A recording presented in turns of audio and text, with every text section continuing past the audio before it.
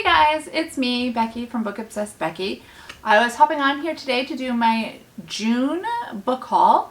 My son has been and dog are outside, so hopefully they stay outside while I record this and you don't hear too much barking.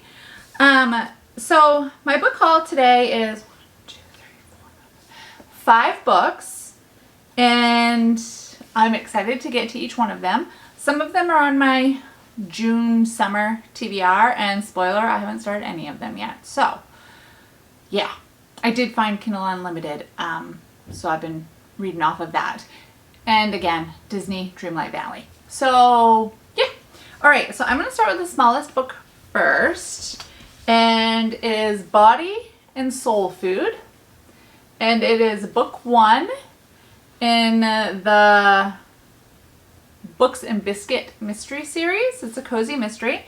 I'm going to read the back for you. It says, in the first page-turning book of this new mystery series, fraternal twins Keaton and Kobe will pull double duty when they take down a killer while preparing to open their new bookstore and soul food cafe, Books and Biscuits.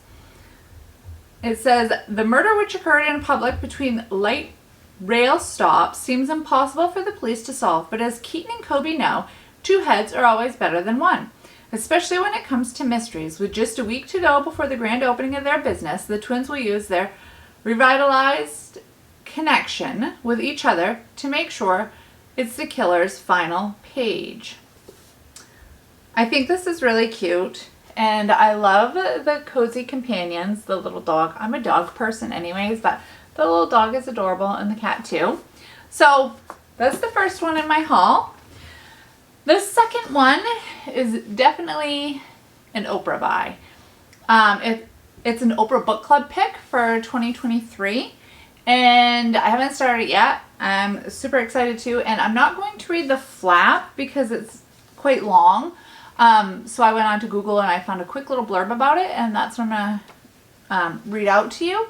But it is The Covenant of Water, and oh my gosh, this sucker, this could kill somebody. It's so big, and it's a hardback, so it's got that going for it too.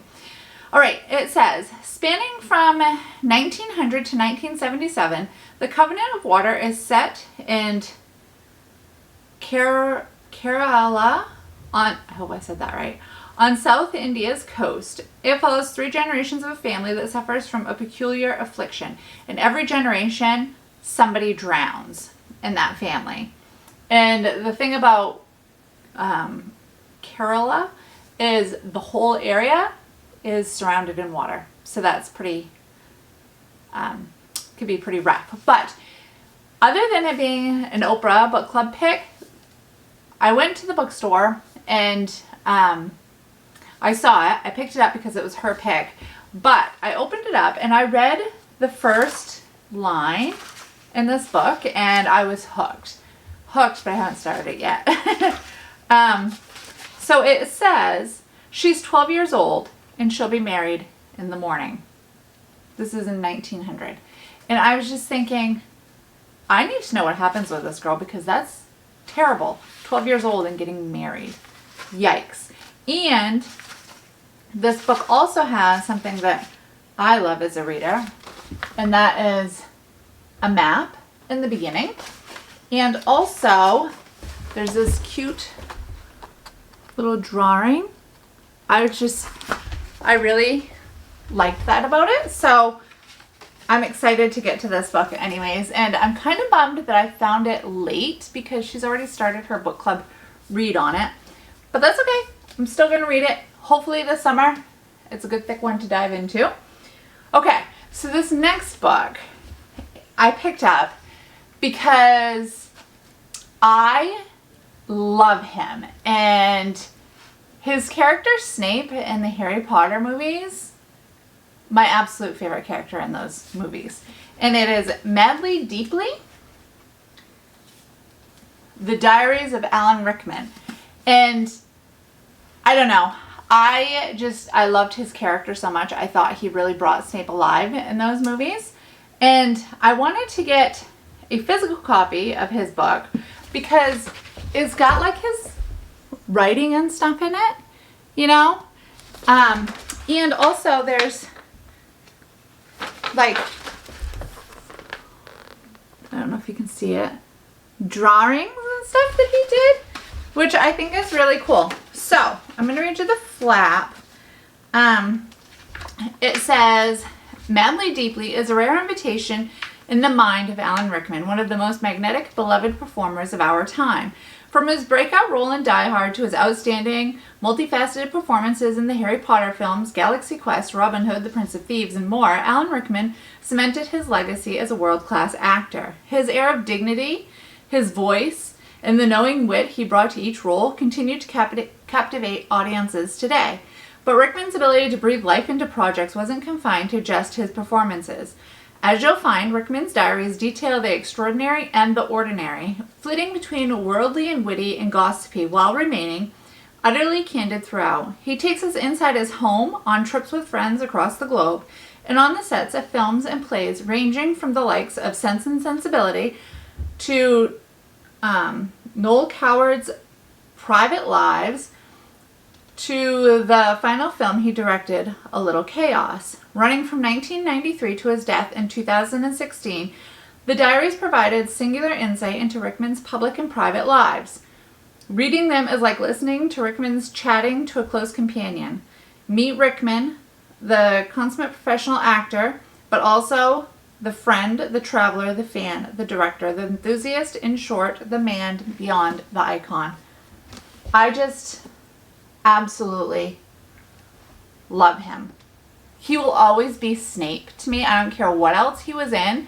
He'll always be Snape. Yeah, I'm stoked to read this. I don't think I'm going to get to this probably until like fall or winter because I have such a huge summer TBR, but I'm going to savor it for sure when I read that one. Okay, the next two books here are from Book of the Month, and rather than reading out the flaps, I just grabbed a little blurb off of the Book of the Month website that tells you about the book. You know, when you go to look at the books, it'll have a little blurb there to try to entice you to want to pick it up. So the first one is The Wishing Game, and I just thought that this cover was absolutely beautiful. So it says, a moving transportive story following four bookish souls competing for a rare book from their favorite author. So I guess this author used to write children's books, and then all of a sudden he kind of like dropped off the face of the earth, stopped writing, and then he appears all these years later and he writes this book and he holds this competition, and I guess whoever wins the competition gets the book. I'm not really sure, but it involves a woman that is 26 years old who kind of has a soft spot for this orphan boy. I think that she's been tending to, and his name's Christopher and he's 7, and I think she's she's hoping to win the book for him. I'm not really sure, but this cover, again, beautiful. This is on my June summer TBR. And the last one that I have here from Book of the Month is Ink Blood Sister Scribe. And okay, so purple is my favorite color for sure, and I just thought that this was so beautiful. And it says, in the spellbinding debut novel, two estranged half-sisters tasked with guarding their family library of magical books must work together to unravel a deadly secret at the heart of their collection, a tale of family loyalty and betrayal and the pursuit of magic and power. That's what the little blurb on the inside flap says. Now, Book of the Month didn't say that when I was on there. This is a little blurb that they gave. It says, an epic adventure, two estranged sisters bear the weighty responsibility to protect their magical family library. So, yeah, I'm excited about this. I'm not sure what brings the sisters back together, but they get back together again and work to protect this library, I guess. So, yeah, I mean, this is another one that I have on my June summer TBR. But I've got some good books here. I have been reading, like I said, off Kindle Unlimited. I didn't include those here because, do you consider those a book haul? I'm not really sure. But I've been reading the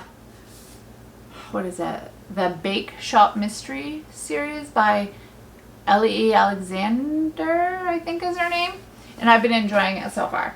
So, yeah, I'm excited to get to these books. I'm trying to turn it around so you can see the cover. Spines or whatever. But the summer is going to be a summer of reading. And the problem is I want to read all the books this summer. So, it's a bit of a situation. But, yeah. June, we're like halfway through. I can't even believe it. And I've been kind of slacking on my videos. I did do a May wrap up, but I didn't like how the video came out, so I never posted it. If you want to hear about what I read and my thoughts on the books in May, drop it in the comments down below and I'll do up another video, one that I like a bit better. And I also have a birthday book haul coming at some point that I need to record because my birthday was last month and I did get some books with my gift card that I talked about. So that's coming up. And I was also thinking that rather than doing a huge monthly wrap up, I'm going to try to do like maybe a couple of wrap ups each month. Because it's so overwhelming for me trying to remember all the books that I read and not rambling on, which is what I felt like I did in the last month's wrap up. That's why I never posted it. So if you like that idea, let me know down below. What are you reading this month? Are you following your TBR? Did you pick up any good books this month that you're going to be reading? Drop it down below, like for real. And have you read any of these books that I just talked about? Because I'm excited about all of them. So yeah, I don't know what it's doing in your part of the world, but in my part of the country, it has been raining and cloudy for pretty much most of April and so far pretty much all of June. So hopefully the lighting is okay, but until next time, I will see you guys later. Hope everybody is well. Happy reading. Bye.